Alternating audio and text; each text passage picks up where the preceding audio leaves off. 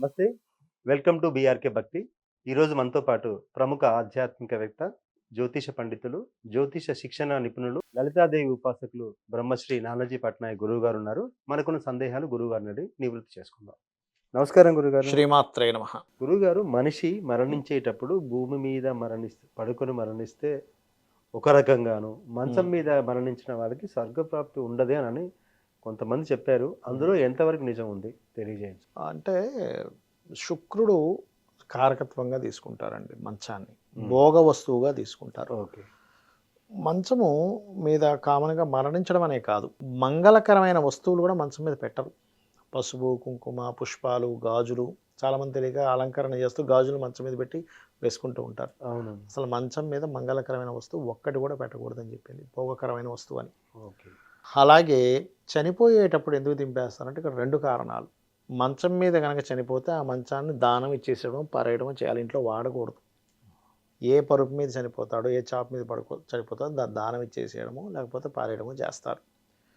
సర్వసాధారణంగా కొంతమంది అనేటువంటిది ఏంటంటే మంచం మీద చనిపోతే మోక్షం చెందడు అని. ఉంటది. అవును. కానీ మోక్షానికి, మంచానికి కాదు సంబంధం.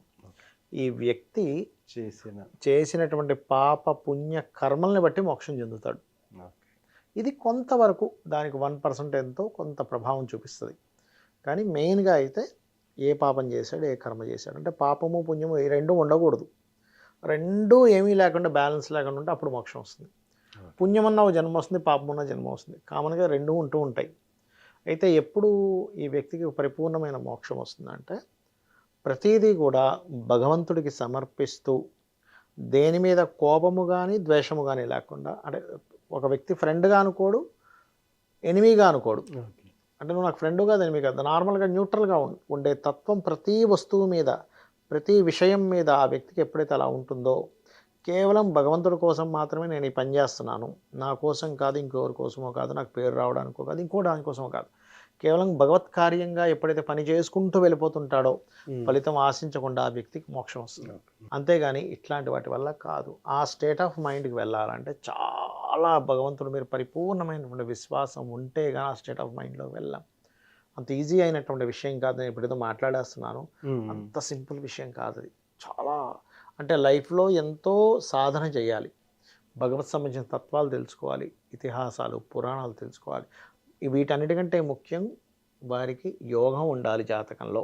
ఓకే. ఇది ఆఖరి జన్మ అనేటువంటిది ఒకటి ఉంటుంది జ్యోతిష్ శాస్త్రంలో. హుహు. అంటే ఆ వ్యక్తికి శనికేతువులు, గురుకేతువులు అదేవిధంగా కొన్ని కాంబినేషన్స్ ఉంటాయి ఇట్లా. ఆ కాంబినేషన్స్ ఉన్నప్పుడు మాత్రం ఇది ఆఖరి జన్మ అవుతుంది.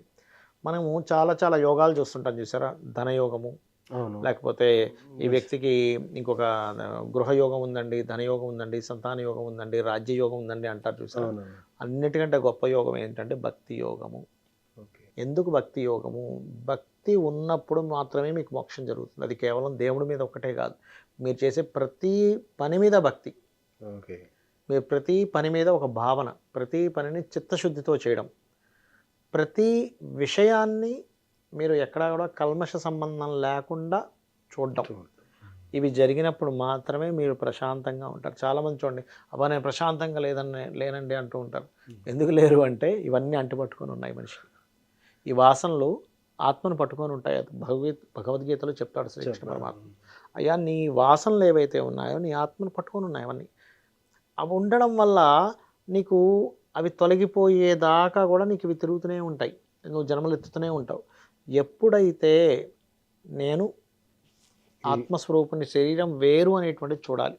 ఈ శరీరం వేరు. ఓహో ఈ శరీరం ఈరోజు ఈ డ్రెస్ వేసుకుందనమాట. ఆహా ఆ శరీరం ఆ డ్రెస్ వేసుకుందనమాట. శరీరం లోపల ఆత్మ వేరు, మనిషి వేరు అన్నప్పుడు ఏమవుతుందంటే మీరు ఎవరిని కూడా చీదరించుకోరు. వీడు గొప్ప, వీడు భేద అనేటువంటి అభిప్రాయం రాదు. అలా అభిప్రాయం ఎప్పుడైతే రాదో మీకు భయం పోతుంది ఫస్ట్. ఇప్పుడు వీడు అమ్మో చాలా గొప్పవాడండి, చాలా పేరు గలవాడండి, అమ్మో ఏం చేస్తాడండి భయం స్టార్ట్. అంతే. ఆడు మనలాగే ఆత్మ. అన్నీ ఆత్మస్వరూపాలే. కాకపోతే ఒక్కొక్క ఆత్మకు శరీరాన్ని దాల్చింది. ఆత్మస్వరూపం పరమాత్మ స్వరూపం అని భావించగలగాలి. అప్పుడు మన యొక్క థాట్ ప్రాసెస్లో చాలా చేంజ్ వస్తుంది. అప్పుడు మనిషి మోక్షానికి అర్హుడవుతాడు. మోక్షానికంటే ఒక ఎలిజిబిలిటీ ఉంటుంది. అప్పుడు మనకు నీ ఎలిజిబిలిటీ ఏంటి మోక్షానికంటే? ఇది ఎలిజిబిలిటీ. ఓకే. అంటే మనకున్న వాసనలను త్యజిస్తే అంతేగాని మనకి మంచం మీద పోవడం, చాప మీద పోవడం ఎలిజిబిలిటీ కాదు. ఓకే. అది. సార్ అలాగే ఇంకొక అనుమానం. కొంతమంది నాలుకల మీద మచ్చలు ఉంటాయి. అవును. ఆ మచ్చలున్న వాళ్ళు ఏది చెప్తే అది నిజంగా జరుగుతుంది. శపించాడంటే వాళ్ళతో తిట్లు తినకురా అని చెప్పి మా నానమ్మ వాళ్ళు అంటుంటారు. అది అవును. ఎంతవరకు నిజం సార్? అంటే మనకి పుట్టుమచ్చల శాస్త్రం ఉంటుందండి. హ్మ్. ఆ పుట్టుమచ్చల శాస్త్రంలో ఏంటంటే ఎక్కడ మనకి పుట్టుమచ్చలు ఉంటే దానికి తగ్గ ఫలితాలు చెప్తూ ఉంటారు. అదొక శాస్త్రం. అవును. దానిలో కూడా చాలా లెక్కలున్నాయి. నలుపు రంగు, తేనె రంగు పుట్టుమచ్చ, హ్మ్. సైజుని బట్టి, అవును. అది ఎడం వైపు ఉందా, కుడి వైపు ఉందా అనేటువంటి దాన్ని బట్టి శాస్త్రం ఉండేది ఒకటి. ఉంది, ఇప్పటికీ ఉంది, లేకపోలేదు. కాబట్టి దాన్ని పర్ఫెక్ట్‌గా చెప్పే వాళ్ళ సంఖ్య చాలా తగ్గిపోయింది. తగ్గిపోయింది. అయితే అందులో ఉన్నటువంటి నానుడు ఏంటంటే నాలిక వాక్కు సంబంధం కాబట్టి అక్కడ మచ్చ ఉంటే వీళ్ళన్నది అవుతుంది అని. అయితే దీనికంటే గొప్పది ఇంకోటి చెప్తాను వినండి. హ్మ్. మచ్చ ఉన్న ప్రతివాడు అన్నది అవ్వాలని రూల్ లేదు. రూల్ వాక్శుద్ధి అంటారు దాన్ని. ఓకే. వాక్శుద్ధి ఎప్పుడొస్తుందంటే మీరు నిత్యము సత్యమే మాట్లాడినప్పుడు వాక్శుద్ధి వస్తుంది. ఓకే. అంటే నిత్యము సత్యం మాట్లాడుతున్నాం. మాట్లాడి ఏమవుద్దంటే మీరు అన్నది సత్యం అయిపోతుంది. ఓకే. సత్యం మాట్లాడుతున్నారు కానీ మీరు మాట్లాడింది సత్యం అయిపోతుంది. దాన్ని వాక్ శక్తి. ఆ వాక్కుకి ఆ శక్తి వచ్చింది. ఓకే. ఇంకా ఏమేం చేస్తే వాక్కు ఆ శక్తి వస్తుంది అంటే ఆ వాక్కు శక్తి, వాక్ వైభవం ఉన్న వ్యక్తి ఎలా ఉంటుందంటే ఆ వ్యక్తి ఇవాళ వర్షం పడుతుందంటే పడుతుందండి. అదెప్పుడొస్తుంది? సత్యవ్రతము అంటారు. హ్మ్. సత్యనారాయణ స్వామి వ్రతం చేస్తారు చూసారా? అవునండి. సత్యనారాయణ స్వామి వ్రతం అంటే ఏంటంటే అక్కడి నుంచి సత్యం మాట్లాడాలని. అంతేగాని అదేదో ఆ ప్రసాదం వండుకొని నలుగురికి పంచిపెట్టాలని, పానకం తాగాలని, ఓ 3 గంటల సేపు 5 కథలు చెప్పుకొని తర్వాత మళ్ళీ ఎవరికి వాళ్ళు వెళ్ళిపోవాలని కాదు. ఓకే. నిత్యము సత్యము సత్యం. మాట్లాడేటువంటి వ్రతం సత్యనారాయణ స్వామి వ్రతం. ఓకే. ఆ సత్యనారాయణ స్వామి వ్రతం చేసుకున్న క్షణం నుంచి ఎవరైతే సత్యమే మాట్లాడతారో వాళ్ళు ఏదంటే అది ఫలిస్తుంది. ఓకే. హుహుహు. రెండవది సత్యము, హితము ఓకే. అవతల వాడికి మంచి జరిగేది. హ్మ్. అదేవిధంగా దీంతోపాటు మీకు ఖాళీ ఉన్నప్పుడల్లా నోటితో హరినామ స్మరణ లేదా అమ్మవారి స్మరణ, శివుని స్మరణ, దేవతా సంబంధించిన స్మరణ చేస్తూ ఉండాలి. అప్పుడు దీనికి ఆ ఎనర్జీ వస్తుంది. ఎనర్జీ వస్తే అప్పుడు ఎవరైనా అన్నారు మీకు, ఏమండి ఏంటి ఈ డబ్బులు ఈ మధ్య వారే వస్తుందయ్యా, ఈశ్వరుడే ఇస్తాడంటే వచ్చేస్తాయి. భగవద్ నామస్మరణ నిత్యం ఏమండి చేస్తే జాబ్ లేదేంటే, నాకేం భయం అండి, పరమేశ్వరుడు ఉన్నాడు, ఆయన ఇస్తాడు జాబ్ అనగానే మీరు ఇంటర్వ్యూకి వెళ్ళగానే సక్సెస్ అవుతారు. అంటే ఏంటి మీకు వాక్శుద్ధి వచ్చింది. అదే అర్థం చేసుకోవాలి. చాలా మంచి ఎక్స్‌ప్లనేషన్. అంటే నాకు కూడా మీరు చెప్పిన దానిలో కొన్ని జరిగి యా, యా. చాలా బాగుంది సార్. ధన్యవాదాలు. శ్రీమాత్రే నమః.